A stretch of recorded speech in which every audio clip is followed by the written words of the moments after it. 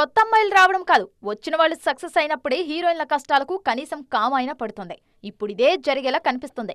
Mister బచ్చన్తో entry ఇచ్చిన Bhagyashri Borse medium range హీరోలకు మోస్ట్ వాంటెడ్ అయిపోయారు. రామ్ పోతినేని, విజయ్ దేవరకొండ కింగ్డమ్, దుల్కర్ సల్మాన్, కాంతా సినిమాల్లో నటిస్తున్నారీమె. భాగ్యశ్రీ బోర్సే ఎంట్రీతో ఓ సెక్షన్ ఆఫ్ హీరోలకు కొన్నాళ్ల పాటు హీరోయిన్ కష్టాలు తీరిపోయినట్లే. మరోవైపు ప్రభాస్, అను రాఘవపూడి సినిమాతో ఇమాన్వి ఇస్మాయిల్ హీరోయిన్ గా పరిచయం అవుతున్నారు. తొలి సినిమా విడుదలకు ముందే ఇమాన్వి గురించి చర్చ బాగా జరుగుతుంది. ఫౌజీ హిట్ అయితే ఇమాన్వి రేంజ్ అమాంతం పెరిగిపోవడం ఖాయం. జూనియర్ ఎన్టీఆర్, ప్రశాంత్ నీల్ సినిమాతో టాలీవుడ్ లో అడుగు పెడుతున్నారు రుక్మిణి వసంత్. ఇప్పటికే కన్నడలో ఈమె స్టార్ హీరోయిన్. తాజాగా తారక్తో జోడీ కట్టే ఛాన్స్ రావడంతో రుక్మిణి వైపు అందరి చూపు వెళ్తుంది. ఈ మధ్య నిఖిల్ హీరోగా నటించిన అప్పుడో ఇప్పుడో ఎప్పుడో సినిమాలో నటించారు. కానీ అది వచ్చినట్లు కూడా ఎవరికీ తెలీదు. 2-3 రోజులుగా సోషల్ మీడియాను షేక్ చేస్తున్న హీరోయిన్ కయాడు లోహర్. ప్రదీప్ రంగనాథన్ డ్రాగన్ లో నటించారీమె.